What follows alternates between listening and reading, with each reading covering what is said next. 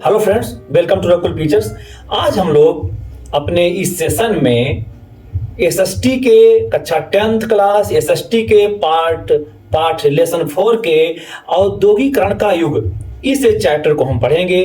इसके पहले हमने इस विषय पर लाइव क्लास भी लिया था, तो हम चाहते हैं इसको एक डायग्रामेटिक ढंग से कैसे हम डायग्राम के माध्यम से इस पूरे चैप्टर को पढ़ सकते हैं। तो उसमें हम लोग आज इस पूरे चैप्टर को एक डायग्राम के माध्यम से पढ़ेंगे। इसमें हमारे छात्रों को लिखने की सुविधा मिल जाएगी कि कैसे डायग्राम बनाकर वो अपने क्वेश्चन को हल करेंगे। तो हमने इसमें छोटा छोटा डायग्राम बनाया है। हम उसी डायग्राम लिखने कैसे आप लिखेंगे उसी को हम इसमें बताएंगे। इसका हम आपके सामने इसको इस हिसाब से बताएंगे कि आप इसको आसानी से समझ सकें, इस पूरे पाठ को समझते हुए अपने आप आंसर आसानी से लिख सके। मित्रों, ये जो हमारा ये चौथा चैप्टर है, इसको औद्योगिकरण का युग कहा जाता है। औद्योगिकरण है क्या वास्तव में? औद्योगिकरण का मतलब होता है कि बड़े पैमाने पर उद्योगों की स्थापना, कारखानों की स्थापना, उत्पादन, इन कारखानों से बड़े पैमाने पर उत्पादन को ही हम औद्योगिकरण कहते हैं। दूसरे रूप में हम देख लें कि ढेर सारे उद्योगों की स्थापना और इन उद्योगों के माध्यम से उसी अनुपात में उत्पादन को हम औद्योगिकरण के नाम से जानते हैं। इसका हम लोग अगर शब्द के माध्यम से पढ़ना चाहें तो कारखानों का विकास, ये वास्तव में जो औद्योगिकरण की प्रक्रिया आरंभ हुई वो सर्वप्रथम विश्व में, यूरोप में औद्योगिकरण वो इंग्लैंड में प्रारंभ हुआ। बहुत ही क्वेश्चन पूछा जाता है कि औद्योगिकरण सर्वप्रथम कहां प्रारंभ हुआ, तो आपको उत्तर देना है कि इंग्लैंड में। वास्तव में 1900 ईस्वी में ईटी पॉल एक म्यूजिक कंपनी है, उसने एक पुस्तक प्रकाशित की। उस पुस्तक के फर्स्ट प्रिंट पर एक स्लोगन लिखा था, डाउन ऑफ द सेंचुरी, अर्थात नई सदी का उदय। उसमें दिखाया गया था, कल्पना की गई थी कैसे नई सदी का उदय होगा। उसमें उद्योगों को बताया गया था, उसमें प्रिंटिंग प्रेस को बताया गया था, उसमें कैमरा दिखाया गया था, उसमें दिखाने का प्रयास किया जा रहा था कैसे नई सदी हमारी होगी, उसका विकास कैसे होगा। तो ये ईटी पॉल 1900 ईस्वी में एक किताब, म्यूजिक कंपनी है, उसने एक किताब का प्रकाशन किया। इसके बाद इसी समय 26 जनवरी 1901 में इंग्लैंड प्रिंटर्स ने एक पत्रिका का प्रकाशन किया। उसमें 2 जादूगर का चित्र बनाया। एक जादूगर जो प्राचीन काल की स्थिति को बयां कर रहा था, जिसमें उसमें अलादीन का चिराग उसमें दिखाया गया था, और दूसरे जादूगर में एक आधुनिक मैकेनिक की चर्चा की गई थी जो वर्तमान और भविष्य के बारे में वो अपने उस राइटर ने उसको दिखाने का प्रयास किया। तो इन 2 माध्यमों से औद्योगिकरण के युग की शुरुआत यूरोप में, इंग्लैंड में होती है। इसके बाद हम लोग देखते हैं कि औद्योगिकरण, एक बहुत क्वेश्चन पूछा जाता है कि औद्योगिकरण और आदि औद्योगिकरण में अंतर क्या है। तो औद्योगिकरण हमने इसको परिभाषित कर दिया कि औद्योगिकरण उद्योगों की स्थापना का काल है, जब बड़ी बड़ी फैक्ट्रियां स्थापित हो गई। और आदि औद्योगिकरण, औद्योगिकरण के पहले की अवस्था को हम आदि औद्योगिकरण के नाम से जानते हैं। औद्योगिकरण के पहले की जो अवस्था थी वो लघु उद्योगों की अवस्था थी, कुटीर उद्योगों की अवस्था थी। वह घर के अंदर कार्य करने, कम मजदूर के अंतर्गत वो काम करने की अवस्था थी, और इस अवस्था में भी उद्योगों का ढेर सारा विकास हो गया था। ऐसा नहीं है कि औद्योगिकरण के बाद ही उद्योगों का विकास हुआ है। तो आदि औद्योगिकरण का कभी कभी क्वेश्चन पूछा जाएगा कि आदि औद्योगिकरण किसे कहते हैं। तो आदि औद्योगिकरण औद्योगिकरण के पूर्व की लघु और कुटीर उद्योगों के विकास की अवस्था को हम आदि औद्योगिकरण के नाम से जानते हैं।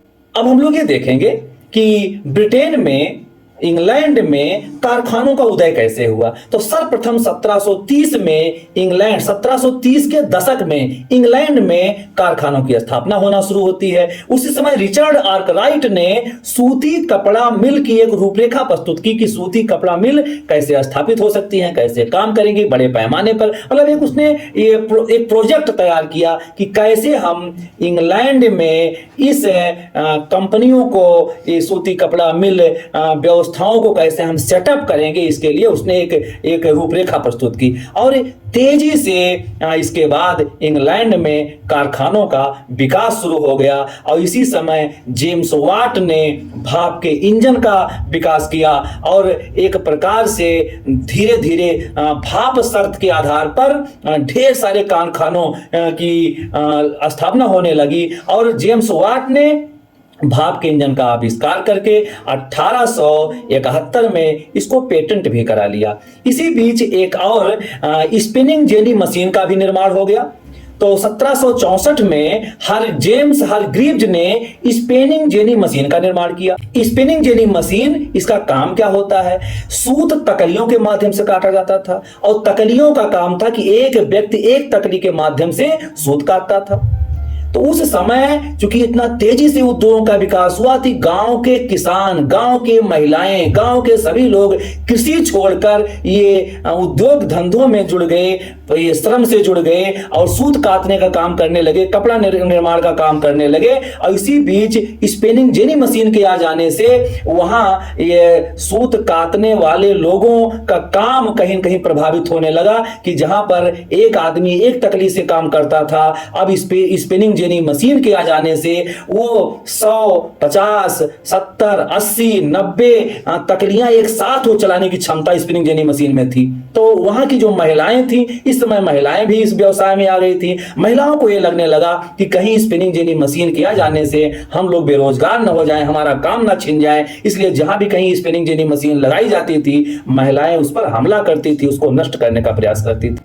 1840 तक आते आते सूती कपास उद्योग की जो रफ्तार थी, जो विकास था, वो ब्रिटेन में बहुत तीव्र गति पर आ गया और एक कंडीशन ऐसे आई कि ब्रिटेन से सूती कपड़े, सूती वस्त्र ये विदेशों को निर्यात होने लगे। इसी बीच ब्रिटेन में 1860 तक रेलवे, खनन, इन सब के विकास ने लौह और इस्पात उद्योग को बढ़ावा दिया और 1860 आते आते लौह और इस्पात उद्योग अपने चरम सीमा पर पहुंच गया, विकास के चरम सीमा पर।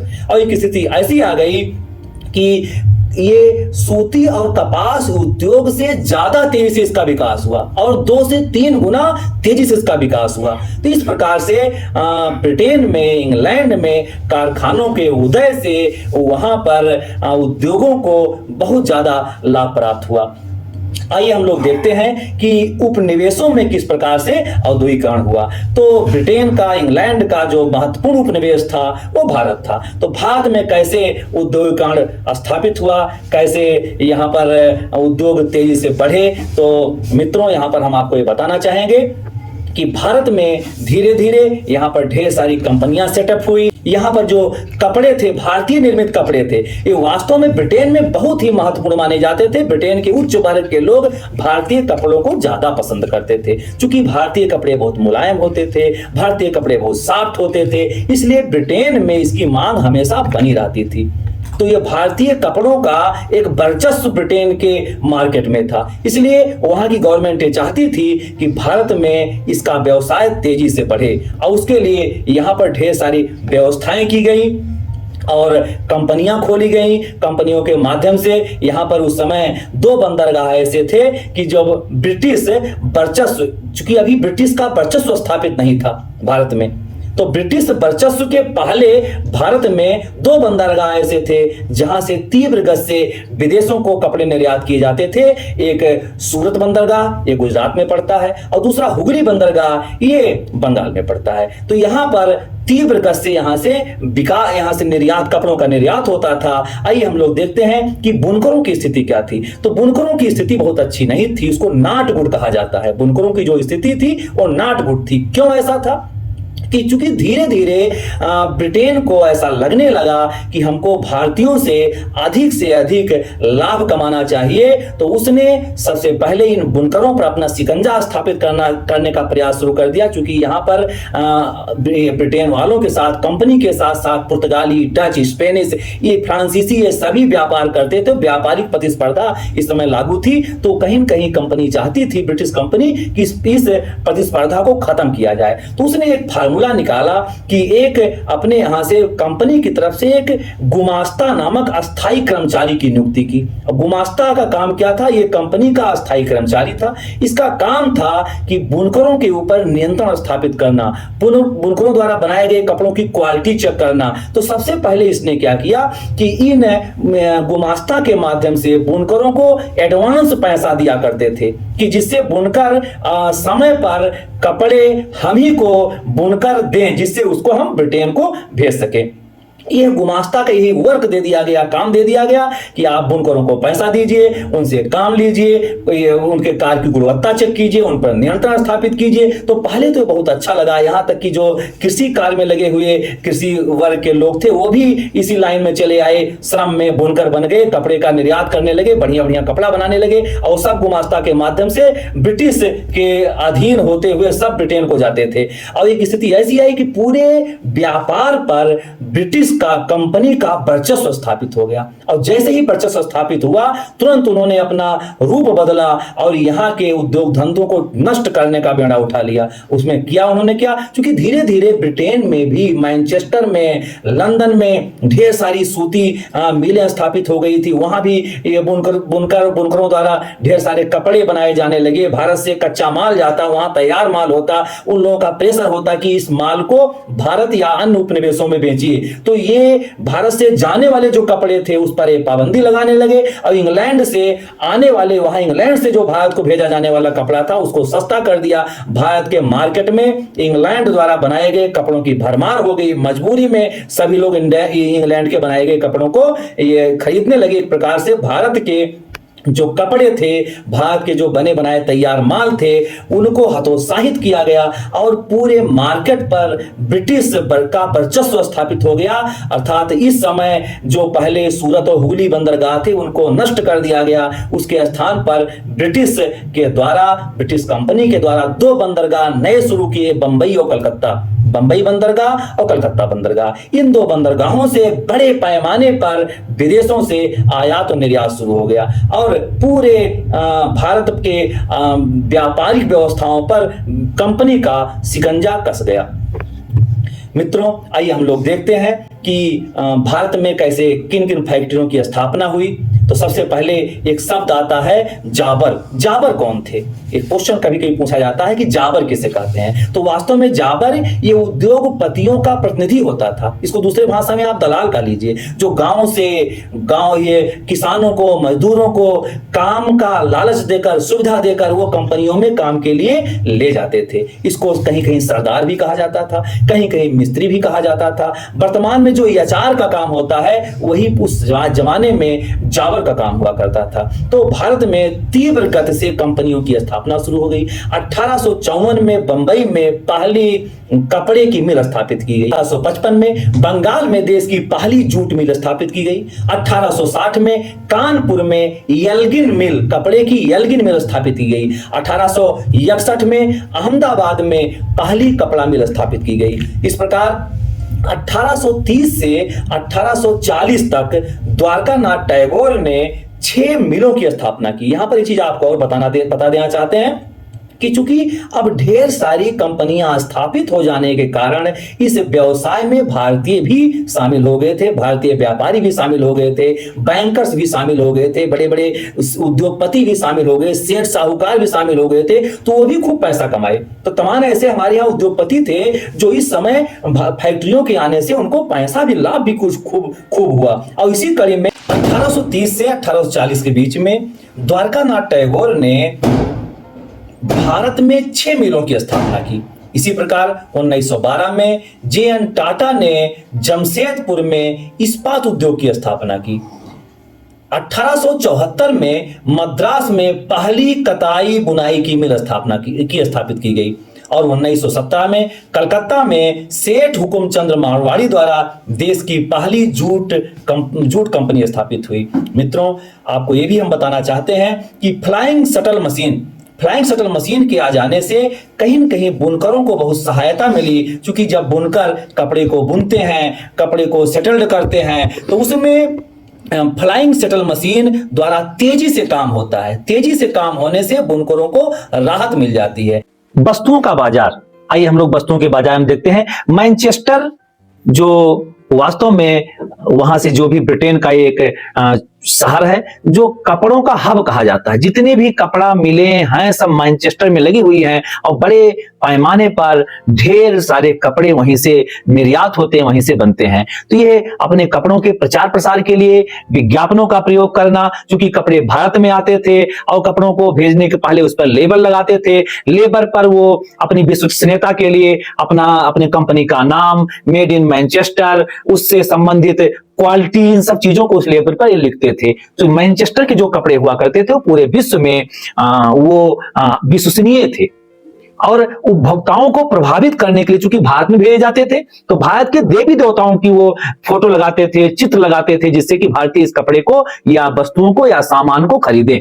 उसमें देवी देवताओं के चित्र लगाने एक प्रचलन में आ गए थे। जो मैनचेस्टर से जो भी वस्तुएं भारत में आती थी उन सब पर देवी देवताओं की फोटो लगाई जाती थी। एक ग्राइप वाटर बनकर आता था बच्चों को पिलाने के लिए, तो भारत में आता था। चूंकि भारत में हम लोग भगवान श्री कृष्ण के बाल स्वरूप का उस पर चित्र वो लोग लगाते थे। हम लोग भारत में श्री कृष्ण भगवान को हम लोग हृदय से मानते हैं, तो वो जानते थे कि ये अपने बच्चों को पिलाने के लिए इसका जरूर प्रयोग करेंगे, इसलिए वो उस पर बाल श्री कृष्ण भगवान की बालक रूप में प्रयोग करते थे। सनलाइट एक साबुन आता था 1934 में, इस पर भगवान विष्णु जी का चित्र छपा होता था, जिससे भारतीय इससे प्रभावित हो और खरीदें।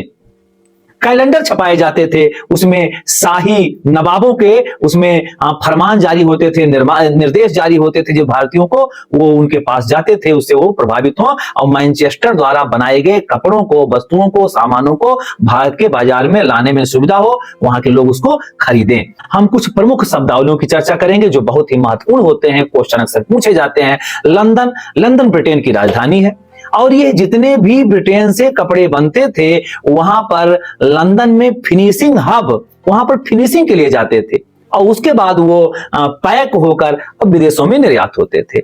एक प्राच्य शब्द आता है, तो प्राच्य वास्तव में ये भूमध्य सागर के पूरब में स्थित बसे देशों के लिए प्राच्य शब्द का प्रयोग होता था। स्पेशली एशिया के लिए इसको प्रयोग किया जाता था। कार्टेज, ये छोटे किसान, कार्टेज का मतलब होता है छोटे छोटे किसानों को कार्टेज कहा जाता था।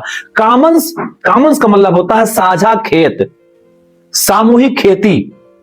स्टेपलर्स या एक व्यक्ति होता था, मजदूर होता था, जो रेशों को एक साइज में स्टेपल करता था, उनको इकट्ठा करता था, इसको हम स्टेपलर कहा जाता है।